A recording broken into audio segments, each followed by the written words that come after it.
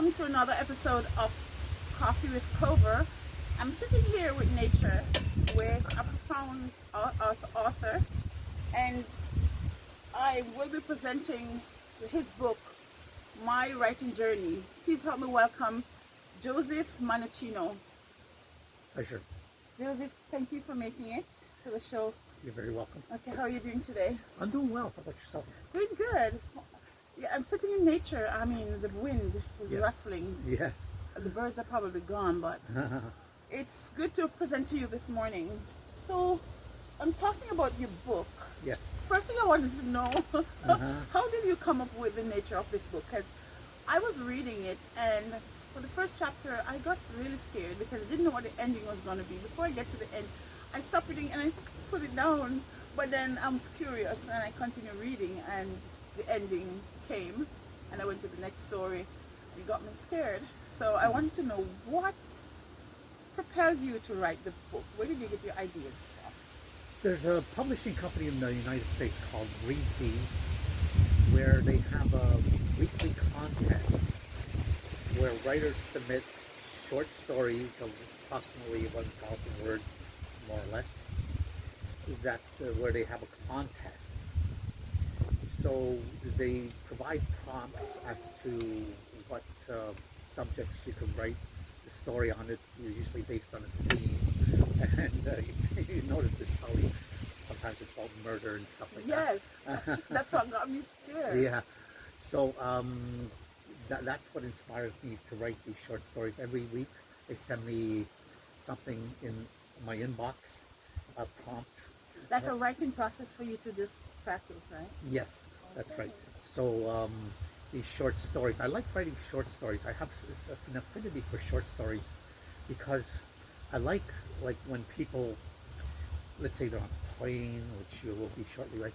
When people are on a plane or in a doctor's office or whatever, I like that they can just read a short story without it being War and Peace, like 1,000 pages or something. I just like them to take it in and think about what they're reading, and hopefully I'm writing stories that are provocative and interesting. That's what get me going, because the stories were short. I was happy to move on to the next because I was eager to know what the next one is going to be. Everyone I go to, it really shocks me. It's sort of on the same path, but different characters, different things are happening. How did you choose your characters? You mean the characters, the names? Oh, the names, I literally plucked them out of the air. A name comes to my mind. I say, okay, that sounds good for this character. This name sounds good too. Sometimes it's people I know, or in terms of first names, because I don't use a lot of last and names. you frame them into the character. So does that name fit with what this character will be doing in the book? Well, you mean the real life person? Well, yeah. No, because not necessarily. Something that's happening, an event that's happening, is called the Word of Writers event in Norval, Ontario, which is in Caledon, where I'm inviting Which month will that be?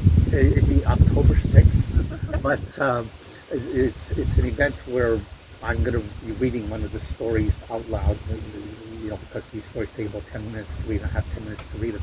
So I'm hoping that the story I choose, or that the people that attend this event will be interested in buying my book, and hopefully there'll be a producer or director or one or more that would buy the book and read the stories, and hopefully they will approach me saying, let's do something with it.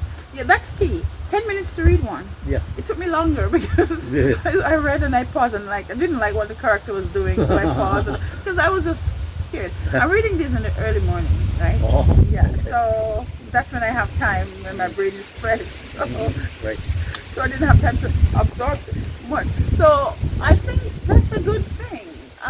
Being this short, a producer would be able to probably read one or two.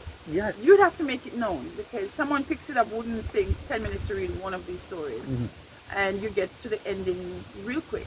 if you're going to go on timing. Uh-huh. Yeah.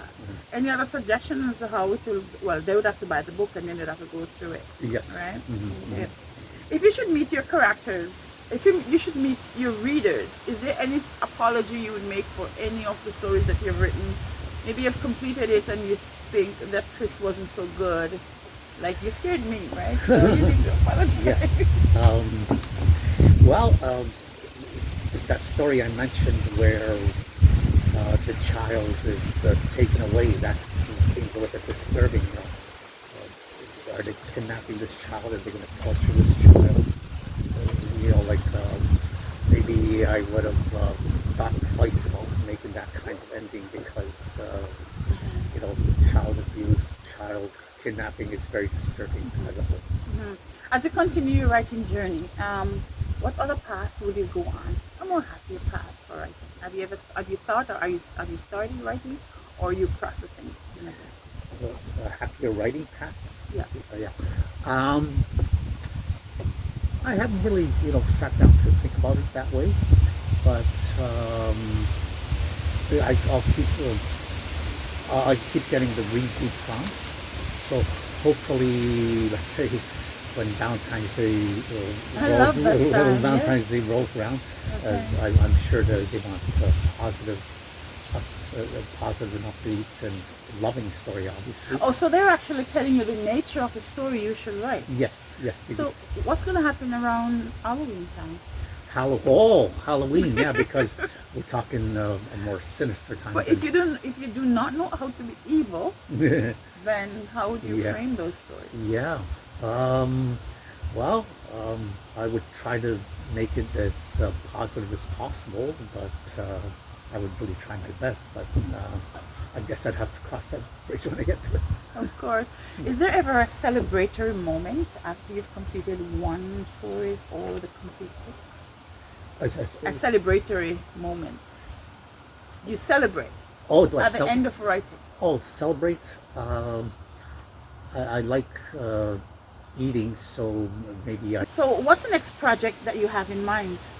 Well, right now, I have met a director who's with the writers. The writers group. No, he's with the Directors Guild of Canada. That's wonderful. Yes, first I sent the treatment for the script for the portal. I sent him the treatment, and he said to me, "Oh, I like the treatment. Now send me the script." So he's taking a look at the script to see if, along with Jackpot, then another short film can be made out of the script, the portal. Yeah. Where do you think that's going to lead you? To a movie or to a movie? What are your hopes? I hope it leads me to a pot of gold. Oh. That's one of the goals, is a monetary return, because it is a tough road to follow, publishing and the creative arts to make a good living at it. But hopefully and I want it to be, although I'm not going to get 100% people liking what I write or produce, etc. But I'm hoping that I get a lot of positive response from it. Okay. What's the hardest do you find? To come up with a title, or to write the process, create the plot, create the characters? I think the hardest part is, especially when I do the outline before I write the story, to come up with the plot for the stories and inserting characters around the plot, etc. So that would probably be the most challenging part. The title, sometimes I come up with the titles before I come up with the story. Me too. Sometimes I have a title. Yes. Before I thought of writing a story, but then I have a title, and I have 2 or 3 titles, and I say, but I keep writing. Yes. Keep writing, and then you see which one matches, or maybe you just have to change. Yes. You find that happen often? Yes. Okay. How do you deal with it? Well, I think I would come up with the title, and then come up with the plot for the story. And my wife is probably the best consultant for Okay. to ask as to what if both the title and the plot match with each other. So asking my wife basically if everything would be okay. That's after the end or while you're putting it together? Probably uh, while I'm putting it together. Because in writing, right, if you do not know how you're going to turn it, you just keep writing. Yes. And as your thoughts flow, you just put it in. What else can you tell us about this book? The link will be available on Facebook on your page. Yes. Yeah. Yes. And is there another one coming towards the end of the year? Another book? Another book or another writing process from you? Not at this particular point in time. I'm trying to promote this as much as possible. Oh, as much as possible. Yes. So into the new year. Yeah. Okay. But in the meantime, you can continue writing until you're ready to publish, put it together, see a producer, whatever. Absolutely. Absolutely.